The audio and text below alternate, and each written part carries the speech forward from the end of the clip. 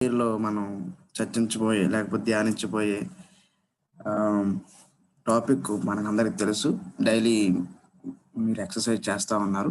కీర్తనలు 52వ అధ్యాయాన్ని మనం ఈరోజు చూడబోతున్నాం. ఈ అధ్యాయంలో 8వ వచనం మనకి బాగా ఎక్కువగా పరిచయం ఉన్నటువంటి వాక్యమే. నేను ఒలీవ చెట్టు వల్లే అనేటువంటి వాక్యం మన అందరికీ సుపరిచితమైన వాక్యమే. ఈరోజు ఆ వాక్యాన్ని కూడా మనం చర్చించబోతాను. దానికంటే ముందు 52వ అధ్యాయం గురించినటువంటి పూర్తి అవగాహనతో ఈ 52వ అధ్యాయం లేకపోతే 52వ సంకీర్తన రాయడానికి గల కారణాలు, ఉద్దేశాలు ఏంటనేవి కూడా మనం ఈ కీర్తన పైభాగంలో చూస్తూ ఉంటాం. సో అక్కడ నుంచి కూడా నేను ఈ వాక్యాన్ని ప్రారంభించాలని నేను కోరుకుంటా ఉన్నాను. సో పరిశుద్ధ గ్రంథం ఉన్న వారందరూ కూడా 52వ కీర్తన తీసుకుని పెట్టుకుందాం. ఈ 52వ కీర్తనలో పై భాగంలో ఒక స్మాల్ ఇంట్రడక్షన్ ఈ కీర్తనకి రాయడం జరిగింది. కొన్నిసార్లు ఈ కీర్తనలు ప్రత్యేకంగా కీర్తన చదువుతా ఉన్నప్పుడు కీర్తనల పైన కొంత ఇంట్రడక్షన్ అనేది ఇవ్వడం మనం చూస్తూ ఉంటాం. 51వ కీర్తన కూడా మనం చూస్తాం. బత్షెబ దగ్గరికి వెళ్ళి ఇచ్చిన తర్వాత దేవుడు నాతానని ప్రవక్తతో దావీదును హెచ్చరించినప్పుడు దావీదు రాసినటువంటి కీర్తన అనే ఇంట్రడక్షన్, ఆ కీర్తనకి ఇంట్రడక్షన్ అనేది మనం చూస్తూ ఉంటాం. మామూలుగా బయట కూడా పాటలు పాడే వాళ్ళు ఎవరైనా సరే ఆ పాటను గురించి అటువంటి పూర్తి లేకపోతే ఏమంటారు కంప్లీట్ డిస్క్రిప్షన్ అనేది బ్రీఫ్ గా చెప్తారు, అవుట్లైన్స్ అంటారు కదా, అలాగా. సో 52వ కీర్తన దావీదు గారు రాస్తా ఉన్నాడు. ప్రధాన గాయకునికి అనేది మనం చూస్తాం, లీడర్ ఆఫ్ మ్యూజిక్ అనేది మనం చూస్తూ ఉంటాం. సో ప్రధాన గాయకునికి అనే వర్డ్ ఉపయోగించిన ప్రతిసారి కూడా మనం గుర్తు చేసుకోవాల్సింది ఏంటంటే దావీదు గారు దాన్ని ట్యూన్ చేయడానికి he maintain or he keep harp అనేది మనం చూడొచ్చు. సో ఆయన సితారాను పక్కన పెట్టుకుని దాన్ని హమ్ చేసి దాన్ని ట్యూన్ చేశాడని అర్థం. ప్రధాన గాయకునికి అనగానే మనం అది అర్థం చేసేసుకోవచ్చు. సో హీ ట్యూన్, ఈ ఓన్ అంటారు కదా, స్వరకల్పన తనే చేశాడు, తనే రచించాడు, తనే పాడాడు. సో అందుకనే ప్రధాన గాయకునికి అని అంటారు. So he's the leader of music. ఆ కంపోజింగ్ కి ఆయనే లీడర్ అని అర్థం. సో నెక్స్ట్ ఏం రాయబడింది అంటే, ఏదోమీయుడైన దోయేగు సౌలు నద్దుకు వచ్చి దావీదు అహిమేలకు ఇంటికి వచ్చి ఉన్నాడని అతనితో చెప్పినప్పుడు దావీదు రచించిన దైవ ధ్యానము. కీర్తనలన్నీ కూడా ఏదో ఖాళీగా ఉండి తాను రచించుకున్నటువంటి కీర్తన కాదు. సంకీర్తనలు దావీదు రాసినటువంటి ఈ కీర్తన ఎవరో రాసేస్తే ధర్మశాస్త్రంలో ఉన్నటువంటి అక్కడెక్కడ వాడిన పదాలను తీసుకొచ్చి ఒక క్రమ పద్ధతిలో రాసుకుని హమ్ చేసి పాడినటువంటి పాటలు కాదు. సంకీర్తనలో ప్రత్యేకంగా దావీదు రాసినటువంటి కీర్తనలో తాను దైవాన్ని ధ్యానించుకున్నప్పుడు దేవుడు తనకు ప్రత్యక్షపరిచినటువంటి లేదా తనకు తాను దావీదుకి ప్రత్యక్షపరుచుకున్నటువంటి కొన్ని అంశాలను ఆయన రాయడం జరిగింది. సో దావీదు రాసే కొన్ని విషయాల్లో ధర్మశాస్త్రాల్లో ఏ విషయాలు ఉండవు, తన అనుభవంలో ఆ విషయాలను మనం చూస్తాం. సో ఇక్కడ ఒక సిచ్యువేషన్ బట్టి దావీదు సాంగ్ రాస్తా ఉన్నాడు.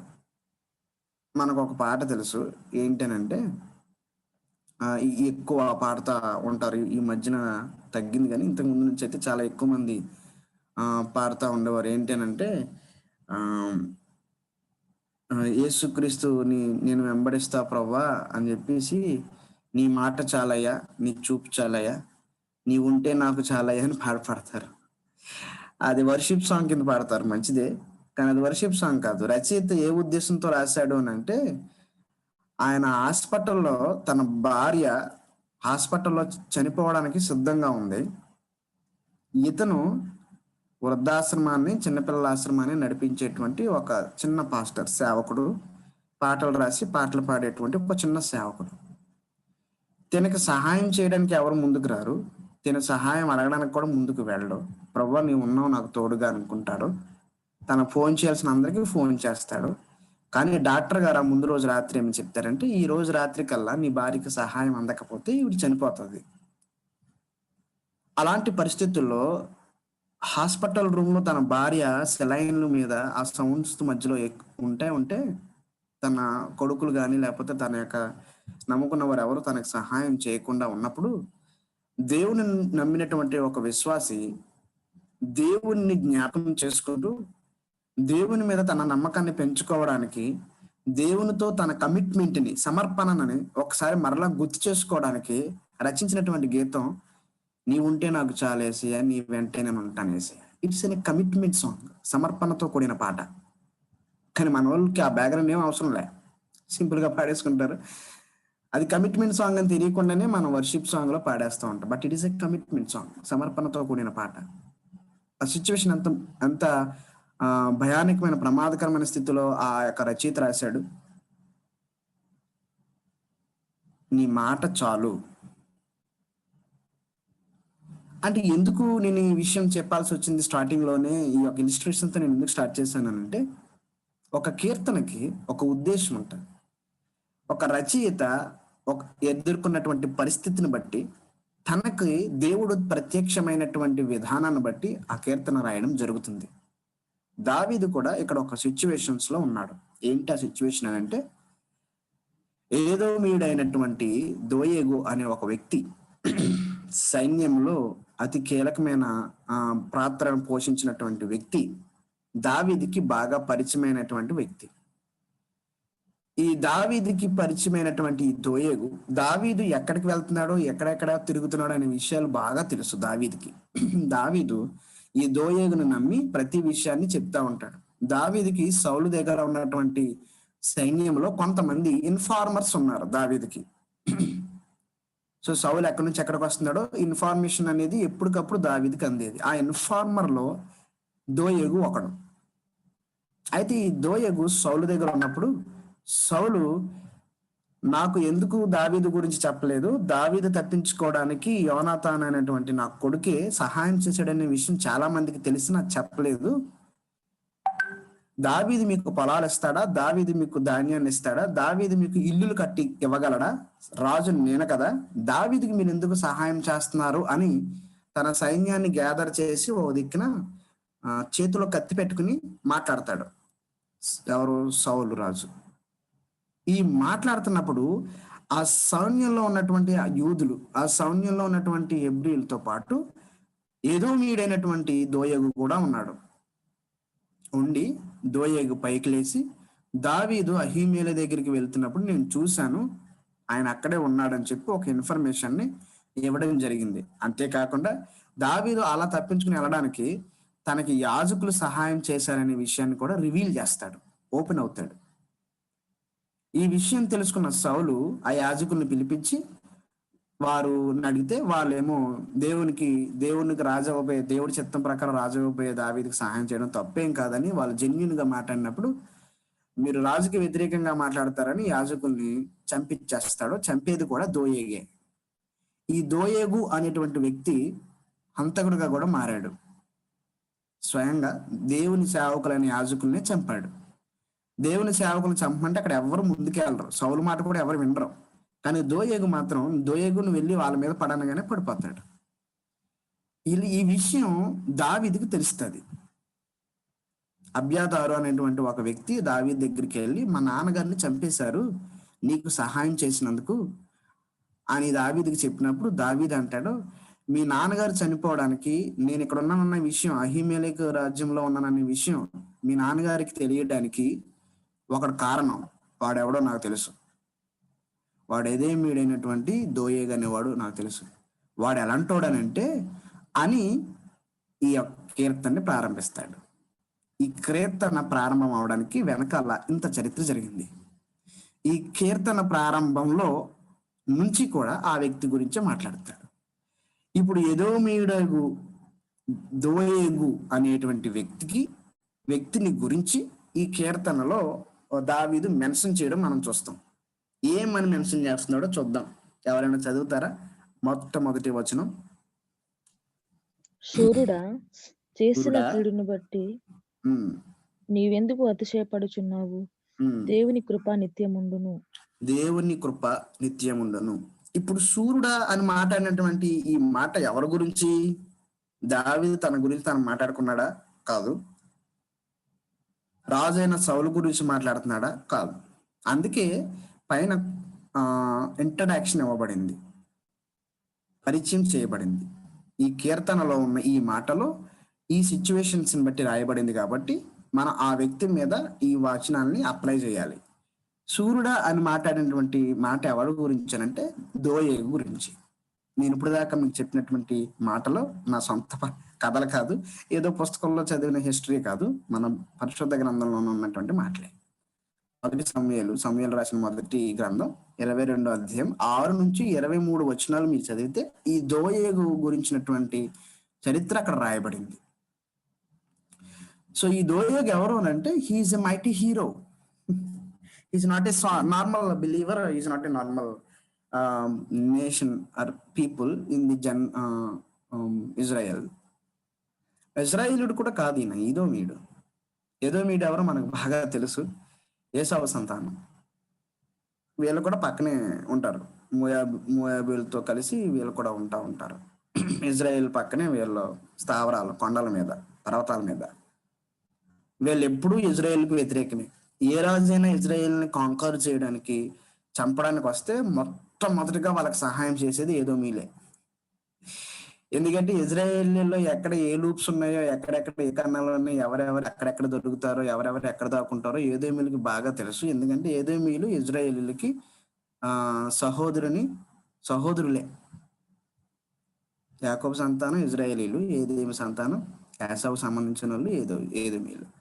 సో ఏదోమీడైనటువంటి దోయేగు సూర్యుడు, ఈజ్ ఎ మైటీ హీరో. సౌలు సామ్రాజ్యంలో, సౌలు సైన్యంలో ఒక కీ రోల్ ప్లే చేసేటువంటి వ్యక్తి ఏదోమీయుడు అయినటువంటి దోయేగు. Is not a simple man. సూర్యుడు, అది దావీదే చెప్తున్నాడు, సూర్యుడా. దావీదు దోయేగు కలిపి చాలా యుద్ధాలు చేసుంటారు బహుశా, అది మనకు తెలియదు, గ్రంథం చెప్పట్లేదు. సూర్యుడు ఇట్స్ ఎ మైటీ హీరో, యుద్ధ నైపుణ్యం కలిగినటువంటి వాడు. యుద్ధంలో నైపుణ్యం కలిగినటువంటి వాడు అంటే తెలివైన వాడు, బలవంతుడు, మంచి కండ్లు ఉంటాయి, 6 ప్యాక్. ఆర్మీలోకి సెలెక్ట్ అయ్యాడనంటే నార్మల్ మ్యాన్ కాదు. సో దోయేగు అనేవాడు సూర్యుడు. రెండో మాట చూద్దాము, 2వ వచనం, కీర్తన 2వ వచనం 52:2.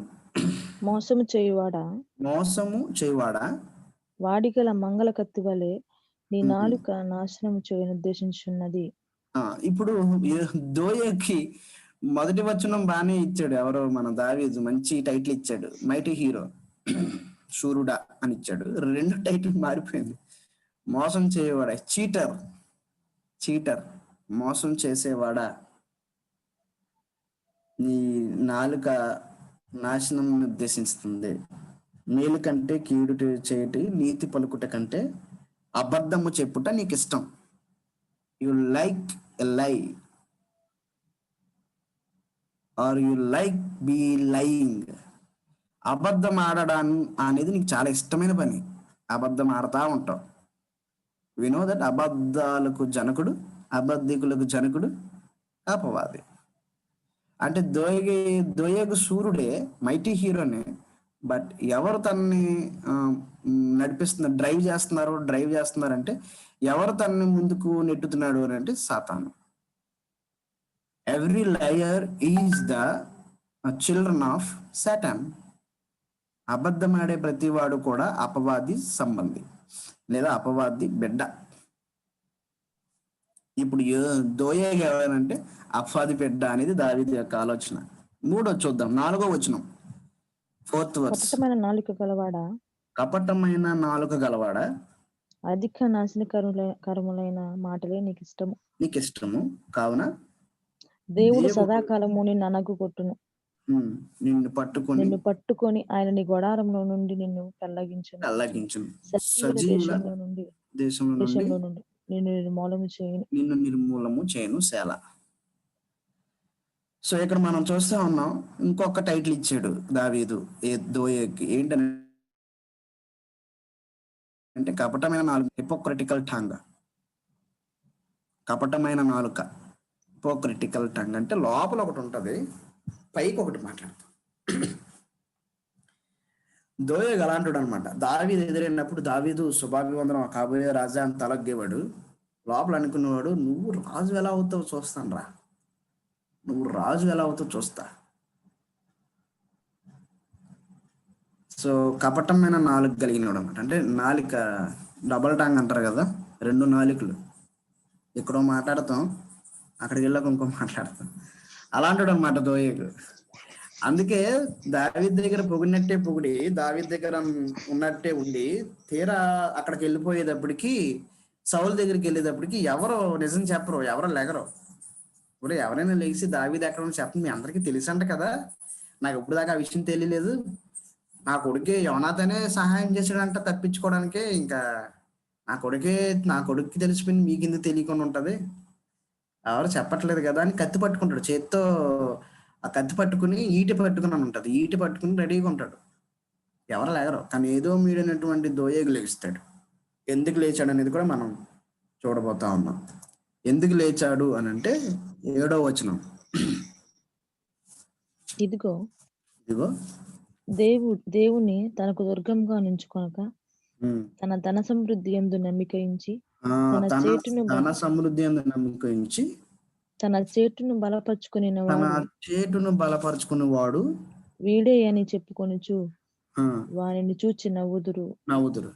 ఇప్పుడు ఇంకో టైటిల్ ఇచ్చాడు దావీదు, తన చేటును బలపరుచుకునేవాడు దోయేగు వీడే అని చూసి నవ్వుతాను అందరూ నిన్ను చూసి. ఎందుకంటే నువ్వు బేస్ చేసుకుని దేన్ని అంటే ధన సమృద్ధిని బట్టి బేస్ చేసుకున్నావు. ఎప్పుడైతే సౌలు దావీదు మీకు పొలాలు ఇస్తాడా, దావీదు మీకు ఇల్లు కట్టగలడా, దావీదు మీకు ధాన్యాన్ని ఇవ్వగలడా అని అన్నప్పుడు ఏదో మీడియా దోయేకి ఆశ పుట్టింది. ధనం మీద, పొలం మీద, అధికారం మీద ఆశ పుట్టి తను ఆ సత్యమే అది అసత్యం చెప్పలేదు, తను సత్యమే చెప్పాడు. సత్యాన్ని చెప్పడం జరిగింది. ఏంటి ఆ సత్యం అంటే అహీమెలెకు దగ్గర దావీదు ఉన్నాడనే విషయాన్ని రివీల్ చేయడం జరిగింది.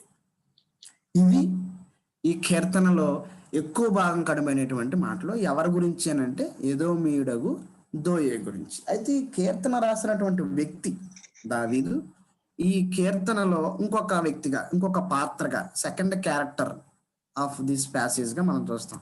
ఇప్పుడు ఆ వ్యక్తి గురించి చూద్దాం, కింగ్ డేవిడ్. మీరు ఈ పిక్చర్ లో చూస్తే దావీదు ఎక్కడికి వెళ్ళినా మాత్రం ఆ సితారా కూడా తీసుకెళ్ళిపోయాడంట. వెనకాల మీకు సితారా కనబడింది.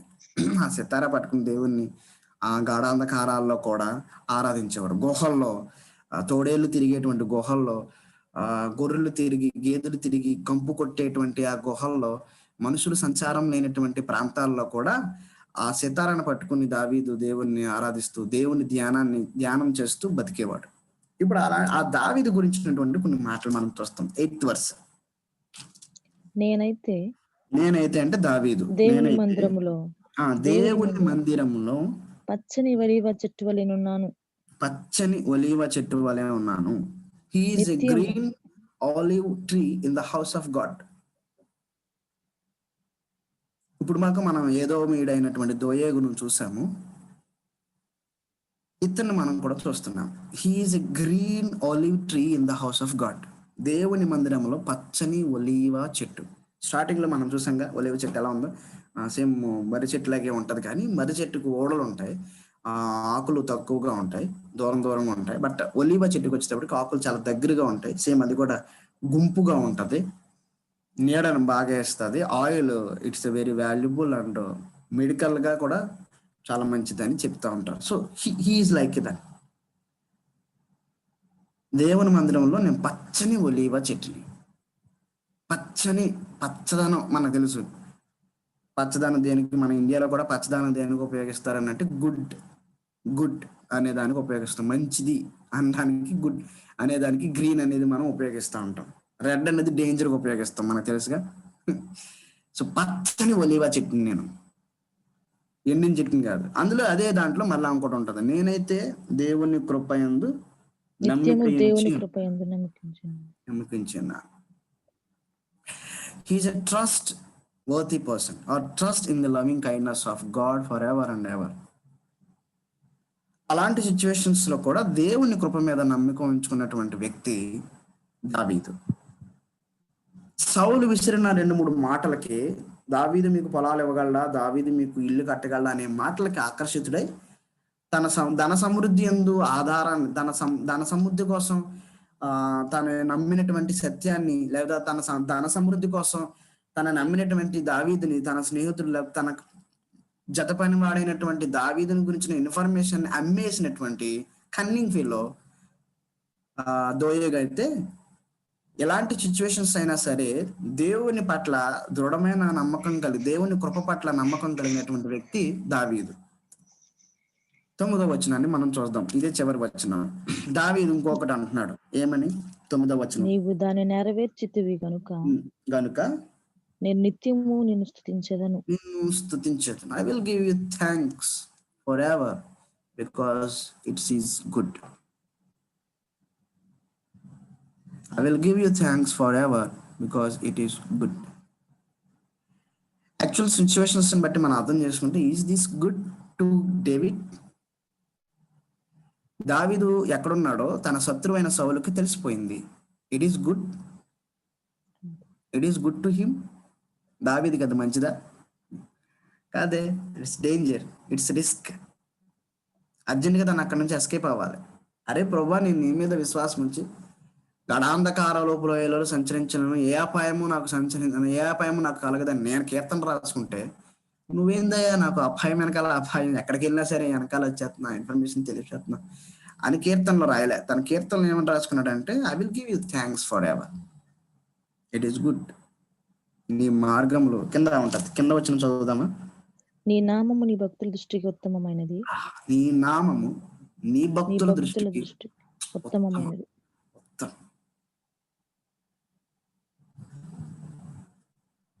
హోప్లెస్ కండిషన్ లో కూడా he trust God and he wait for God's work. I will wait on your name. అదే ఉంటుంది, నేను దాన్ని స్మరించి కనిపెట్టుచున్నాను. ఇందాక దోయేగు క్యారెక్టర్ మనం చూసాం, ఇప్పుడు డేవిడ్ క్యారెక్టర్ మనం చూసాం. ఇందాక దోయేగు క్యారెక్టర్ లో 4 విషయాలు చూసాం. ఇప్పుడు దావీదు క్యారెక్టర్ లో కూడా 4 విషయాలు మనం చూస్తా ఉన్నాం. దేవుని మందిరంలో నివసించేటువంటి ఒక వెలుగు చెట్టుగా తనను తాను అల్లుకున్నాడు. దేవుని కృప మీద నమ్మకం ఉంచనని తన స్టాండ్ ఏంటో చెప్తున్నాడు. My stand is the grace of God. తన లోపల ఉన్నటువంటి ఫీలింగ్ ఏంటో చెప్పాడు. I give thanks. నా ఫీలింగ్ ఏంటంటే భయం కాదు, నా ఫీలింగ్ ఏంటంటే హోప్లెస్ కండిషన్ కాదు, నా ఫీలింగ్ ఏంటంటే దేవుణ్ణి దూషించేటువంటి తత్వం నాకు రాలేదు. సిచ్యువేషన్ అలాగే ఉంది. సిచ్యువేషన్ దేవుని దూషించవచ్చు, తప్పేం కాదు. సిచ్యువేషన్ అలా ఉంది. బట్ ఆ సిచ్యువేషన్స్ లో కూడా my feeling is to give thanks to God for ever and ever because it is good. నా దృష్టికి ఆయన నామం ఉత్తమమైంది, ప్రిఫరబుల్. ఆ కండిషన్స్ లో కూడా అంటున్నాడు అన్నమాట దావీదు. అండ్ హీ సెడ్ కనిపెట్టుచున్నాను అన్నాడు. నేను చాలా ఫాస్ట్ గా కొన్ని విషయాలు చెప్పి నేను ముగిస్తాను. ఆల్రెడీ మనం కీర్తన ముగించుకున్నాం. ఇది బ్రీఫ్. ఈ కీర్తనలో మనం చూస్తే మనం నేర్చుకోవాల్సింది, మనం అర్థం చేసుకోవాల్సింది, మనం విడిచిపెట్టాల్సినవి 3 ఉంటాయి. నేను ఒక విషయం చెప్తాను, మీరు ఎప్పుడు కూడా మన అందరం జీవితంలో గుర్తుపెట్టుకోవాల్సిన విషయం ఏంటో తెలుసా? ఏదైనా ఒక కొత్త విషయాన్ని మనం వెంబడిస్తున్నామనంటే మనం నివసించినటువంటి పాత విషయాన్ని విడిచిపెట్టాలి అని అర్థం. ఒక ఆయన చెప్తుంటే నేను ఈ మాట విన్నాను, వెంబడించడం అంటే విడిచిపెట్టడం. యేసుక్రీస్తు ప్రభువాన్ని వెంబడించడం అని అంటే లోకాన్ని విడిచిపెట్టడం. యేసుక్రీస్తు ప్రభువాన్ని వెంబడించడం అంటే సెల్ఫ్ని ఉపేక్షించుకోవడం. యేసుక్రీస్తు ప్రభువాన్ని వెంబడించడం అని అంటే ఇష్టాలని, కోరికల్ని, అంటే మన సెల్ఫ్, శరీరం, ఫ్లెష్కి సంబంధించిన విషయాల్ని విడిచిపెట్టడం. సో వెంబడించడం అని అంటే విడిచిపెట్టడం. That's all. దేవుడి కృప మీద ఆధారపడడం అని అంటే అర్థం ఏంటంటే మిగతా విషయాల మీద మనం అంత కాన్సన్ట్రేషన్ చేయకూడదు. For the kind information, I'm sorry to say this, నన్ను క్షమించండి ఈ మాట చెప్తున్నందుకు. ఈరోజు చాలా మంది సేవకులు ధనం ఉంటేనే సేవ చేయగలమండి, డబ్బు లేకపోతే సేవ చేయలేం. ఇంపాసిబుల్. కిషోర్ గారు, మీరు సేవకు వచ్చానంటున్నారు. బ్యాక్గ్రౌండ్ ఏం లేకుండా ఏం చేయలేం సార్. బ్యాక్గ్రౌండ్ ఉండాలి. జాన్విస్లీ గారు చూడండి, వాళ్ళ నాన్నగారు ఉన్నారు. ఏజన మినిస్ట్రీ జాన్విస్లీ గారికి చూడండి, హోసన్న మినిస్ట్రీస్ వాళ్ళ చిన్నాన్న గారు స్థాపించారు. బ్యాక్గ్రౌండ్ లేకపోతే ఏం చేయలేం సార్. బ్యాక్గ్రౌండ్ ఉండాలి. నన్ను పిలిచిన వాడు గుణాతిశయాలను ప్రచురము చేయ నిమిత్తము ఆయన నన్ను ఎన్నుకున్నాడండి. ఎన్నిక లేని వాడిని నేను, నన్ను ఎన్నుకున్నాడు ఆయన. కృప ఏం చెప్తుంది అని అంటే, మన స్థితిని మనకు గుర్తు చేస్తుంది. లోకం ఏం చేస్తుంది అని అంటే, మన స్థితిని మనం మర్చిపోయేలా చేస్తుంది. మనం దేవుణ్ణి వెంబడించాలంటే కొన్ని విడిచిపెట్టాలి. దావీదేమో కృప మీద ఆధారపడుతున్నాడు. నీ కృప నిత్యముండును అని అంటున్నాడు. ఆయన కృప నిత్యముండును అంటున్నాడు. ఏదోమో సూర్యుడా, బలవంతుడివే, నీ బలాన్ని బట్టి నువ్వు అతిశయిస్తున్నావు కదా, నేనైతే నా బలాన్ని బట్టి అతిశయిస్తలే, నేనైతే దేవుని కృప మీద ఫస్ట్ వచనంలో నా మాట ఉంది. సూర్యుడా అని చెప్తూ నువ్వు దేని బట్టి అతిశయిస్తున్నావు నీకు తెలుసా, నేనైతే ఆయన కృప నిత్యముండునే అంటాడు. మనం పైకి కృప చాలా బాగా మాట్లాడతాం. కృప గురించి పాడమంటే అయిపోయి మనకన్నా దావీది కన్నా బాగా పాడతాం కృప గురించి. కృప అంటే ఏంటి అని అడిగితే, అర్హత లేని వాళ్ళకి అర్హత ఇవ్వడం అండి అని సింపుల్ గా తేల్చేస్తాం. కాదు కాదు. నిర్హేతుక జయ కటాక్ష మాలిక కృప అంటే, నన్ను ప్రేమించడానికి, నిన్ను ప్రేమించడానికి ఏ అర్హత ఉందని మనలో? ఏం చేసాం మనం? భక్తి చేస్తే రక్షింపబడ్డామా? రక్షింపబడిన తర్వాత భక్తి చేస్తున్నామా? రక్షింపబడక ముందు మన స్థితి ఏంటి? ఆ తప్పిపోయిన కుమారుడి స్థితి పందుల దగ్గర పొట్టు తినే స్థితి ఏమో. మన స్థితి ఏంటో తెలుసు, మనకు తెలుసు.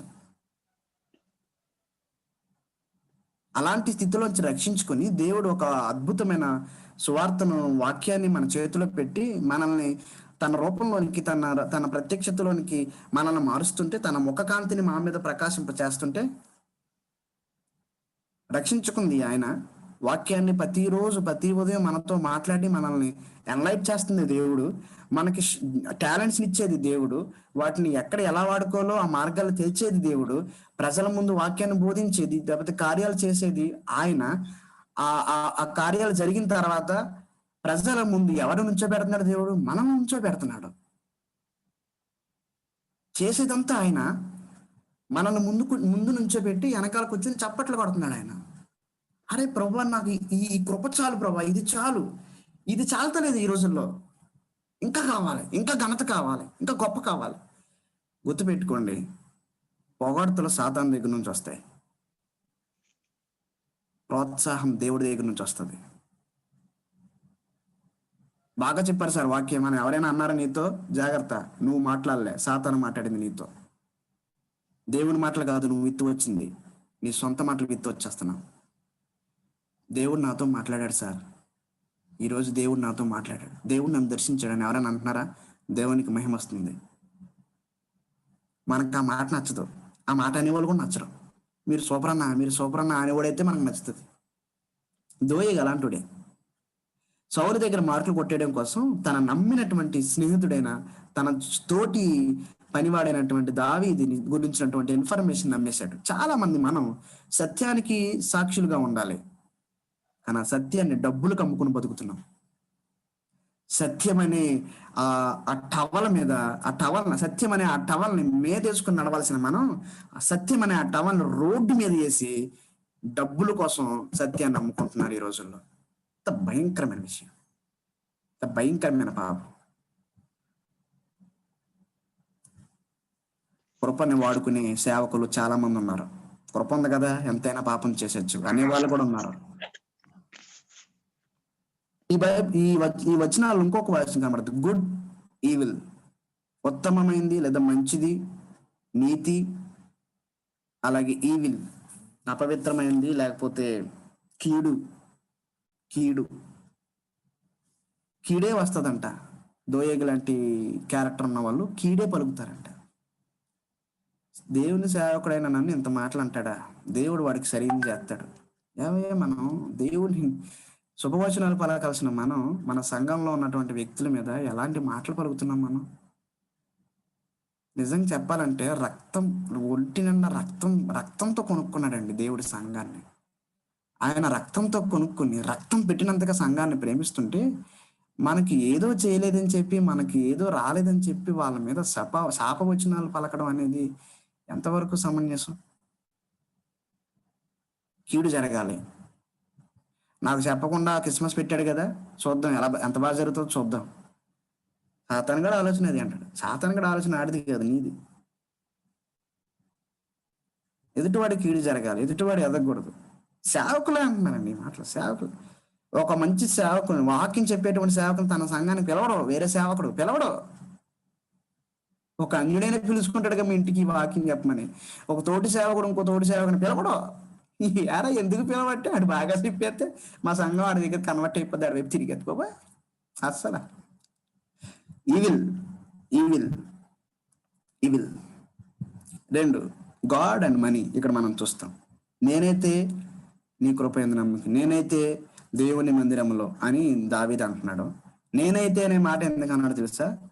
ఏదో మీడియా దోయేగా ఎంచుకున్న మార్గం ధన సమృద్ధి. నేనైతే దేవుణ్ణి ఎంచుకున్నా. ఈరోజు వాక్యం చెప్పడానికి వెళ్ళి డబ్బులు ఆశించకుండా వెళ్ళేవాళ్ళు, డబ్బులు తీసుకోకుండా వచ్చేవాళ్ళు ఎంతమంది అండి? మనం ఎంతమందిని? లాక్డౌన్లో బాధాకరమైన విషయం ఏంటంటే దేవుని మీద ఆధారపడడం మర్చిపోయామండి క్రైస్తవులమైన మనం. ముఖ్యంగా సేవకులు దేవుని మీద ఆధారపడి ప్రార్థన చేసి ప్రార్థనాపూర్వకంగా దేవుడి దగ్గర నుంచి సమాధానాన్ని పొందుకునే అనే ఆ యాక్టివిటీనే మానేసాం. మనం ఏం చెప్పుకుంటామంటే దేవుని మీద ఆధారపడే వాళ్ళం, దేవుని ఆరాధికులు అని చెప్తున్నాం. ఎవరు చెప్తారు? ధనం మీద ఆధారపడే వాళ్ళం మనం మన హృదయాన్ని ఒకసారి మనం పరిశీలించుకుందాం. యేసుక్రీస్తు ప్రభువారు అందుకే ధనాన్ని దేవుడితో లింక్ చేశాడు. అసలు దేవునితో ఎవరైనా సరిపోగలరు? దేన్నైనా సరి చేయగలరు? లేదు. యేసుక్రీస్తు ప్రభువారు మాట అంటాడు, ధనాన్ని దేవుణ్ణి పక్కన పెట్టి చెప్తాడు ఆయన. ఒకడు ధనానికి దేవునికి దాసుడుగా ఉండలేడు. ఎందుకు ఆ మాట అని? దేవుడికి ధనానికి అసలు ఏమైనా పోలికుందా? కానీ ధనం దేవుణ్ణి సహితం మర్చిపోయేలా చేస్తుంది. జాగ్రత్త సేవకుడా, జాగ్రత్త. ఈ రోజున ఆశీర్వాదాలు అంటే ఏంటి? కారులు కావాలండి, అప్పుడు ఆశీర్వదింపబడ్డాడు. కారులు ఉన్నవాడు ఆశీర్వదింపబడ్డా? మోసగడాడు.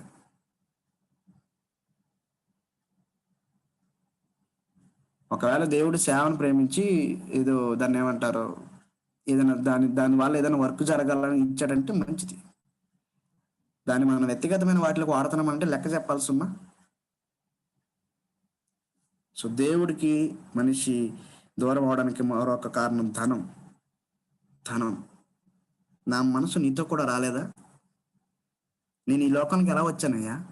ధనవంతుడిలో పుట్టానా? నేను ధనవంతుడిగా పుట్టలే, ధనవంతుడిగా పెరగలే, తలవాల్చుకుంటున్నట్టుగానే నాకు స్థలం లేదు. నేను ధనవంతుడిగా చేవలే, ఒంటి మీద ఒక చిన్న గుడ్డతో చనిపోయాను నేను. ఆ గుడ్డ కూడా పనిచేసుకున్నారు వాళ్ళు. నేను పుట్టింది, పెరిగింది, చనిపోయింది ధనవంతుడిగా కాదు. కానీ నా పేరు చెప్పుకుంటా నువ్వు మాత్రం ధనవంతుని కావాలని ఆశపడతా ఉన్నా. ఎంతవరకు న్యాయమయ్యేది అని యేసుక్రీస్తు ప్రభువారు అంటున్నారు సుమా, నేను కాదు. కారణం ఏంటంటే మన నాలుక. అబౌండెన్స్ ఆఫ్ రిచ్, సమృద్ధి మీద మన ఆశ. ఇవి రెండు కూడా చాలా ప్రమాదకరమైనవి. 4 గురించి యాకోబు బాగా రాస్తాడు. సామెతల్లో కూడా 4 గురించి చాలా మాటలు ఉంటాయి. 4తో ఎక్కువ పాపాలు ఎవరు చేస్తారంటే నాలంటుడే, బోధకులు. పిఏ స్వామి గారు అనేటువంటి వ్యక్తి ఒక మాట అంటాడు, క్రైస్తవులు అబద్ధాలు మాట్లాడరంట, పాడతారంట. ఆ పాటలో ఉన్న అర్థం తెలీదు, పాడేస్తాం. అర్థం తెలియకుండా ఏదైనా ఒక మాటలు మనం మాట్లాడుతున్నామంటే అది పాపం, అబద్ధం. సర్వశక్తిమంతుడు మంచిది, మంచి మాట, దేవుణ్ణి పొగిడే మంచి మాట. తెలుసా దానికి అర్థం? తెలియకుండా మాట్లాడుతున్నామంటే అది అబద్ధం. అబద్ధికులు జనకుడు అపవాది. అంటే ఇప్పుడు దేవుణ్ణి ఆరాధిస్తున్నవాడు అపవాది అనమాట. నువ్వు పరిశుద్ధంగా కాదు, దేవుణ్ణి ఆరాధిస్తావు. అందుకే దేవుడు మంచి మాట అంటాడు, దేవుణ్ణి ఆరాధించేవాడు ఆత్మతో సత్యముతో ఆరాధించాలి. అబద్ధాలతో కాదు ఆరాధించాల్సింది, సత్యాలంతో ఆరాధించాలి. ఇక్కడ 2 ఉంటాయి. శాలా అనే మాటలు 2 సార్లు రాయబడి ఉంటుంది. ఒకటి ఫాల్స్ హుడ్ దగ్గర రాసి ఉంటుంది, ఒకటి స్నాచ్ దగ్గర రాసి ఉంటుంది. మీరు చూస్తున్నారని నేను అనుకుంటున్నాను. ఫాల్స్ అంటే అబద్ధములు ఆడేవాడు అనే మాట ఉంటది కదా, అక్కడ శాలా అనే మాట ఉంటుంది. స్నాచ్ అంటే దేవుడిని నిన్న నాశనం చేస్తాడనే దగ్గర కూడా శాలా అనే మాట ఉంటుంది. శాలా అంటే పర్స్, ఆగి ఆలోచించండి ఒకసారి అని అర్థం. Uncertain word. చాలా అంటే ఆగి ఆలోచించండి అని అర్థం. ఆగి ఆలోచించండి. అబద్ధం దగ్గర ఆగి ఆలోచించమన్నాడండి. నా సూటి ప్రశ్న ఏంటంటే, ఉన్నటువంటి 12 మందికి నా సూటి ప్రశ్న, నాకు నేను కూడా వేసుకుంటున్నాను. మనందరికి దేవుడు వేస్తున్న సూటి ప్రశ్న ఏంటంటే, అబద్ధాలు ఆడి ఎన్ని రోజులయ్యింది? అబద్ధాలు ఆడి ఎన్ని రోజులయ్యింది? 3 నెలలు అయిందా? 3 నెలలు అయిందైనా వాళ్ళు హ్యాండ్ రైజ్ చేస్తారా దాంట్లో చాట్ బాక్స్లో? 3 నెలల నుంచి నేను ఆడతలేదండి, అబద్ధాలే ఆడతలేదు. అబద్ధం అంటే ఇందాక చెప్పాను, అర్థం తెలియకుండా మాట్లాడడం కూడా అబద్ధమే. అనుభవం లేకుండా అయినా మాట్లాడచ్చు, అర్థం తెలియకుండా మాట్లాడితే మాత్రం అబద్ధం. దేవుడు చెప్పకుండా దేవుడు నీకు విషయాన్ని చెప్పమన్నాడండి అంటాను చూస్తూ అబద్ధం. అబద్ధాలు ఆడి పోను ఒక రోజు అయిందా? ఒకరోజు. బోధకుల కంటే మించి అబద్ధకులు ఎవరు ఉండరు. సారీ, నేను కూడా బోధకుని ఏమనుకోవద్దు. ఈయన అబద్ధాలు ఆడతాము స్టేజ్ మీద నుంచి, లేనిపోని అన్ని చెప్పేస్తాం అక్కడ ప్రజల్ని ఇంప్రెస్ చేయడానికి, దేవుని వాక్యాన్ని ఇంకా లోతుగా దింపడానికి, దేవుని వాక్యాన్ని లోతుగా దింపడానికి అబద్ధాన్ని వాడుతున్నాం. మనకు తెలియని విషయాన్ని, మనం కళ్ళారా చూడని విషయాన్ని, మనం చెవులారా వినని విషయాన్ని, మనం చేతులారా తాకని విషయాన్ని చెప్పేస్తున్నాం మనుషుల్ని ఇంప్రెస్ చేయడం కోసం. అబద్ధం కాదు. యోహాన్ అంటాడు, నా చేతులు ఏదైతే తాకాయో, నా కళ్ళు ఏదైతే చూసి, నా చెవులు ఏదైతే విన్నాయో అదే చెప్తున్నాను, నేను సత్యం చెప్తున్నాను. దేవుని ఆరాధించేవాళ్ళు సత్యంతో ఆత్మతో ఆరాధించాలనేది కూడా యోహానే రాస్తాడు. సత్యం, సత్యానికి అర్థం కూడా తెలియకుండా మనం దాన్ని వాడుతూ ఉన్నాం. నన్ను క్షమించండి ఈ మాటలు అంటున్నందుకు. ఈ 52వ అధ్యాయాన్ని బట్టి ఆనాల్సి వస్తుంది. పేరుకి మనం సత్యానికి సాక్షులం, కానీ మనం అబద్ధికులం. పేరుకి మనం సత్యానికి సాక్షులం, కానీ అబద్ధికులం. అబద్ధాలకు జనకుడు అపవాది. అరే, ఇంతకాలం నేను అపవాదితో కలిసి ఆరాధిస్తుంది, దేవుడేమో నాతో కలిసి పని చేయండి, నాతో కలిసి నాలో నిలిచి మీరు దీవించబడండి అని అంటున్నాడు. మనం ఏం చేస్తున్నాం అంటే అబద్ధాలను కలిపి. అంతెందుకు 2 days బ్యాక్ నేను ఒక మీటింగ్స్లో మాట్లాడడానికి వెళ్తే, ఆ పాస్టర్ గారు ప్రేయర్ అయిపోయిన తర్వాత, మంచి ప్రార్థన పర్వాలు ప్రేయర్ అయిపోయిన తర్వాత, అమ్మా రేపు అయ్యగారు వస్తారు కదా రేపు పొద్దున్న సభకి అంటే, వస్తారమ్మా ఖచ్చితంగా వస్తారని చెప్పేసింది. ఆ రోజు వాక్యం కూడా ఇలాగే నేను దీని గురించి దేవుడు తీసుకున్నాడు, గట్టిగా మాట్లాడాడు నాతో కూడా. బైక్ మీద వెళ్తా ఉన్నప్పుడు, అయ్యా నేను అబద్ధం ఆడానయ్యా చర్చిలో వాక్యం అయిన తర్వాత కూడా, ఎందుకో మీకు చెప్పాలనిపించిందని. అమ్మా ఎందుకమ్మా అన్నాను. రేపు మా పాస్టర్ గారు అంటే మా భర్త గారు రారు, కానీ సంఘస్థులు అలా చెప్పకపోతే రారండి సంఘానికి, అందుకే కొన్నిసార్లు చెప్పాల్సి వస్తుంది. అబద్ధాలు చెప్పి సేవ చేసేస్తున్నాం. అబద్ధాన్ని సీరియస్గా తీసుకోం కదా. పాపం అంటే హత్య, వ్యభిచారం, ఆన్ని పాపులుగా చూస్తాం. బోధకులు మించిన అబద్ధికులు ఉంటారు. అబద్ధం పాపం కదా. అబద్ధికులకు జనకుడు అపవాది. అబద్ధాల గురించి మనం ఇప్పుడు ఈరోజు 52వ అధ్యాయంలో ఉంది. అబద్ధం ఎందుకయ్యా మాట్లాడతారు? దోయగు అబద్ధం ఏంటి? తను చెప్పింది నిజమే కదా, దావీదు అక్కడ ఉన్నాడనే విషయం చెప్పింది నిజమే కదా. కాదు, సత్యాన్ని నమ్మేసుకున్నాడు ధనం కోసం. అబద్ధం. దేవుడు చాలా సీరియస్గా తీసుకుంటాడు అబద్ధాన్ని. పేరుకి మనం సర్వశక్తిని వారసులం, కానీ ధనానికి ఆశ్రయులం మనం. క్రైస్తవుడికి తెలిసినటువంటి బ్యాంక్ లూప్స్, ఈ లోన్ గురించి ఉంటాయే, సేవకులకు తెలిసినంత ఆ బ్యాంకులో ఉన్నవాడు కూడా తెలియదు. ఈ మాట నేను అనలేదు, నన్ను క్షమించాను. నా తోటి ఫ్రెండ్ బ్యాంక్ ఎంప్లాయ్, తను అంటున్నాడు, తను క్రైస్తవ బ్యాంక్కి సంబంధించిన ఎంప్లాయ్. క్రిస్టియన్స్ అందరూ కూడా అందులోనే లోన్స్, వాళ్ళకి అందులోనే ఫండ్స్ వస్తాయి. తను వాళ్ళతోనే తిరుగుతాడు. అతని దగ్గర అతను అన్న మాట ఏంటంటే, మాకు తెలియని లోన్స్ గురించి, మాకు తెలియని పాలసీలు కూడా సేవకులకు తెలుసురా బాబు అన్నాను నాతో. పేరుకి మనం సత్యానికి వారసులం, కానీ ధనానికి ఆశ్రయులం. పేరుకి ఒలీవ చెట్లం, ద్రాక్ష తీగలం. పేరుకి మనం ఒలీవ చెట్లం, ద్రాక్ష తీగలం, కానీ ఫలము లేని అంజూరపు చెట్లు, తొంగి చూస్తే విషవృక్షాలం. తొంగి చూస్తే విషవృక్షాలం. విషం. తోటి సేవకుడి మీద ఎంత విషం ఉంటుందంటే, పేరుకు ఒలీవ చెట్లు. ఒలీవ చెట్లు మెడిసిన్ ఉంటుందండి. It is good to health. మనలో విషం విషం కక్కుతాం మెసేజ్ల్లో.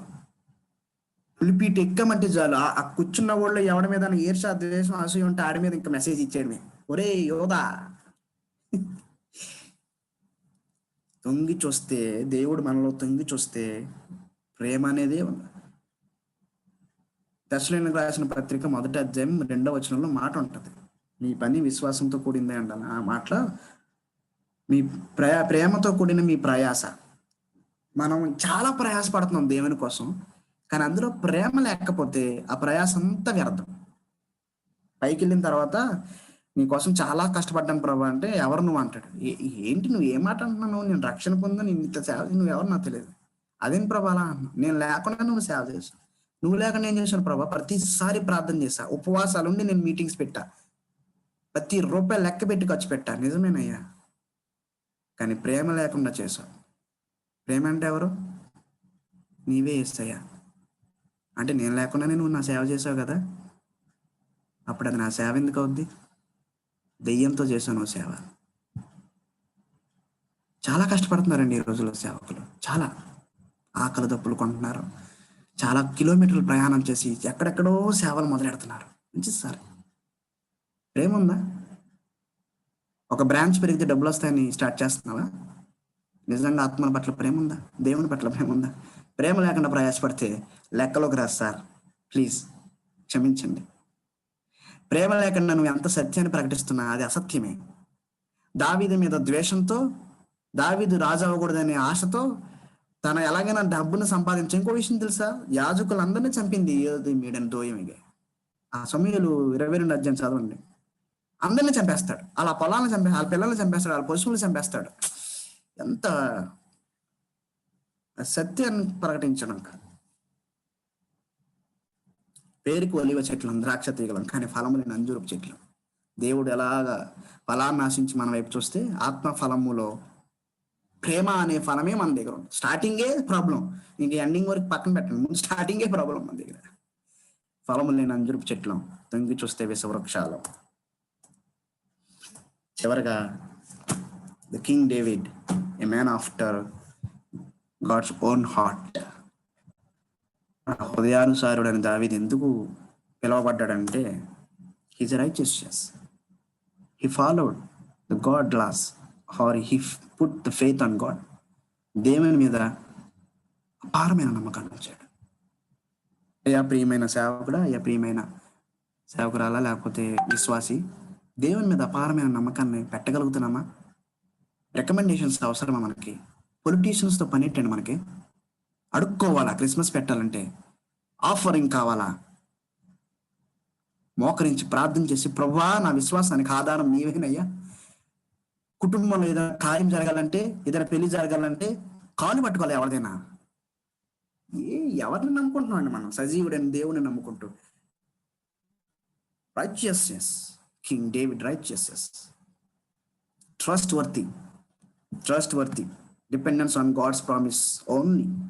దేవుడిచ్చిన వాగ్దానాలని బలంగా చెప్తాం బల్లగుద్ది సంఘాల్లో, కానీ ఆ వాగ్దానాన్ని మనమే నమ్మకపోతే మనల్ని నమ్ముకుని బతుకుతున్న దేవుని జనాంగం ఎవరిని చూసి బతకాలండి? పేతురు, యోహాను, మీరు చేపలు అమ్ముకునే వాళ్ళనయ్యా, కానీ మిమ్మల్ని నమ్మి ప్రపంచాన్ని మీ చేతిలో పెడుతున్నా, తలకిందులు చేస్తారని. పక్కన దోతలు అన్నారంట, ఇచ్చా నీకేమన్నా?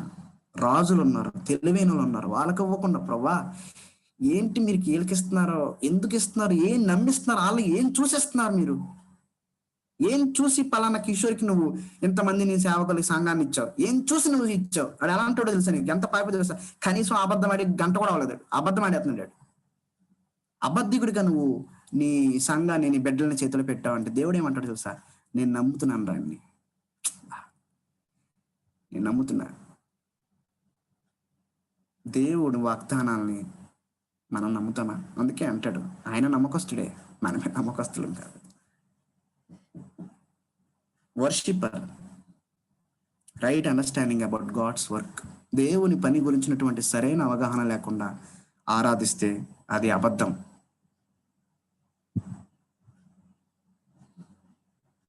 రైట్ అండర్స్టాండింగ్ ఉంది, దేవుడి గురించిన అవగాహన ఉంది. Choose in God's ways was the best and good. దేవుని మార్గాలు ఉత్తమమైనవని మనం గుర్తించాలి ముందు. దేవుడి మార్గం, దేవుని ఆలోచనలు, దేవుని యందు భయభక్తులు ఉంచిన వారి దృష్టికి అవే గొప్పగా ఉంటాయి. అరే వాక్యం అబ్బాయి ఫైనల్, నా దృష్టిలో వాక్యం ఫైనల్. వాక్యం ఏం చెప్తే దట్ దేవుడు అన్యాయం, దేవుడు తప్పు చెప్పడు బాయ్, గుడ్. అది దేవుడు వాక్యం మీద అపారమైన నమ్మకంగా. మాకు ఈ థియోలాజికల్ కాలేజ్ క్లాసెస్ చెప్పేటప్పుడు స్టీవెన్ గారు కూడా ఉన్నారు. ఈ చెప్పేటప్పుడు స్క్రిప్చర్స్, పరిశుద్ధ లేఖనం అనే గురించినటువంటి ఆ డాక్టరీన్ చెప్పేటప్పుడు, ఆ డాక్టరీన్ లో ఈ వాటి మాడతారు. ఆ డాక్టరీన్ దేని మీద ఆధారపడి అంటే పరిశుద్ధ లేఖనాలు, దైవావేశం వల్ల కలిగిన 66 గ్రంథాలు, పరిశుద్ధ గ్రంథము దేవుని వలన కలిగినవని, అవి నా మీద, నా విశ్వాస జీవితం మీద పూర్తి అధికారం ఉందని నమ్మడనాను. అంటే బైబిల్ మనం పూర్తిగా నమ్మితేనే అది మనలో పని చేస్తుంది. బైబిల్ని మనమే నమ్మకపోతే పని చేయదు. And is a real image of God or real image of waiting, faith warrior. విశ్వాస వీరుల జాబితా మనం చూస్తాం. విశ్వాసం అంటే నిరీక్షించు వాటి యొక్క నిజం స్వరూపం, confidence. Real image of waiting, మనలో నిరీక్షణ ఉండాలి. ప్రభా నీ కొరకు కనిపెట్టుకుంటున్నాను, ఖచ్చితంగా నువ్వు నాకు న్యాయం చేస్తావు. అందుకేనండి ఇజ్రాయేల్ చరిత్రలో మిగిలిపోయాడు రాజు. దావీదుని ఉత్తి దావీదని ఎవ్వరు పిలవరు, సౌలునైనా పిలుస్తారేమో కానీ దావీదుని ఎవ్వరు పిలవరు. ఎందుకంటే తెలుసా, కింగ్ అనడానికి పర్ఫెక్ట్ ఎగ్జాంపుల్ డేవిడ్. అందుకే కింగ్ డేవిడ్ అంటారు, కింగ్ డేవిడ్ అంటారు. మిగిలిపోయాడు చరిత్రలో. కారణాలు ఇవి ఐదే. చరిత్ర తిరగరాద్దాం, ప్రభు మీద ఆధారపడదాం, ధనం మీద వద్దు, సత్యాన్ని సత్యంగా ప్రకటిద్దాం, నష్టం వచ్చినా పర్వాలేదు. నీతి కొరకు ఆకలి దప్పులు కొందాం. అక్కడ ఆశీర్వాదాలు, అక్కడ అవి ఇవి వాడకండి, అలాంటివి వచ్చినా అక్కడ వాడకండి. దేవుడిని ఆకలితో ఉంచడం, సింహ పిల్లల్ని ఏం ఎవరు చెప్తున్నారు? ఏ బాబు, నీతి కొరకు ఆకలి దప్పు కొనండి రా అని దేవుడు అంటుంటే అది ధన్యత, అది భాగ్యం, ఇట్ ఈస్ ఎ బ్లెస్సింగ్ అని దేవుడు అంటుంటే, మన దృష్టిలో బ్లెస్సింగ్ ఏంటంటే కడుపు నిండాలి, కడుపు పెరిగిపోవాలి, ఎలాగా కారులు ఉండాలి, అది ఆశీర్వాదం. దేవుడికి అది ఆశీర్వాదం మనం అంటున్నాం. బైబిల్ని ఎంత తప్పుదోవలకు మనం అర్థం చేసుకుంటున్నాం. రైట్ అండర్స్టాండింగ్ ఉండాలి, అప్పుడు మనం వర్షిప్ చేయగలం, దేవుని హృదయపూర్వకంగా ఆరాధించగలం. Right understanding. సో ఈ మాటలు మన వెడుకలో దీవించాలని నేను ఆశిస్తాను. నేను thank you for the YGFC team and Steven sir for inviting me. But just we think and we conclude with prayer, small prayer. I'm sorry 10 minutes ఎక్కువ తీసుకున్నాను, బట్ we pray చేసుకుందాం. ఒకసారి ఆలోచిద్దాం, ఎక్కడున్న వాళ్ళు అక్కడ కళ్ళు మూసుకుని ఆలోచిద్దాం. దయచేసి మీరు ఎలా ఉన్నారో నాకు తెలియదు కానీ, అంటే పడుకుని ఉన్నారా, లేకపోతే కూర్చుని ఉన్నారో, లేకపోతే సెల్ అలా పక్కన పెట్టేసి ఏదైనా వర్క్ చేసుకుంటున్నారో, I don't know, but God's knows. దేవుడు తెలుసు. దయచేసి ఆలోచిద్దాం. అబద్ధాలు ఆడుతున్నామా? అబద్ధాలతో దేవుని సేవ చేస్తుంది. దేవుని సేవ అబద్ధాలతో చేస్తే అది అబద్ధమైన సేవ, అది అపవాది సేవ, దేవుని సేవ కాదు. సత్యాన్ని ధనం కోసం అమ్మేసుకుంటున్నామా? సత్యం ప్రకటిస్తున్నాను అనుకుంటూ ఎదుటి వారికి కీడు జరగాలని ఆశిస్తున్నామా దోయేగులాగా? ఎలాంటి పరిస్థితులైనా సరే దేవుని మీద ఆధారపడి అని ఆధారం చేసుకుంటున్నామా? దేవుడు ఎంత గొప్పడండి. మనం ఎలాంటి వాళ్ళమని తెలిసినా కూడా మనకి దేవుడు తన పని అప్పు చెప్పాడు. Wow, what a wonderful God. His grace is sufficient and his grace endures for ever and ever. ఆయన కృప నిత్యం ఉండను, ఆయన కృప నిత్యం ఉండను. ఆయన కృప ఉంది కాబట్టి మనం ఇంకా బతుకున్నామండి. లేకపోతే మనం వేసే యాసాలకి, మనం చేసే సేవకి ఏం సరిపోదు. కేవలం దేవుడు కృపను బట్టి మనం బతుకున్నాం. కేవలం దేవుడు కృప. ఆయన కృపను గుర్తు చేసుకుంటూ ఆయన ఆరాధిద్దాం. మా దేవా నీకు వందనాలు, కృతజ్ఞతలు. నేనేమైనా తప్పు మాట్లాడుంటే క్షమించండి. కానీ మీ మాట రెండంచుల ఖడ్గం ప్రభా, రెండంచుల ఖడ్గం. ఇటు నన్ను కోస్తుంది, మాట్లాడే నన్ను కోస్తుంది, వినే వాళ్ళని కూడా కోస్తుంది. అవును, ఈరోజు మేము అబద్ధాలు ఆడేస్తూ సేవ చేసేస్తున్నాం. చిన్నదే కదా, అబద్ధమే కదా అనుకుంటున్నాం. కానీ అబద్ధాలకు జనకుడని, అయితే మేము అపవాదితో కలిసి, నీతో కలిసి చేయాల్సిన పనిని అపవాదితో కలిసి చేస్తున్నాం, అపవిత్రం చేస్తున్నామని ఈరోజు తెలుసుకున్నాం.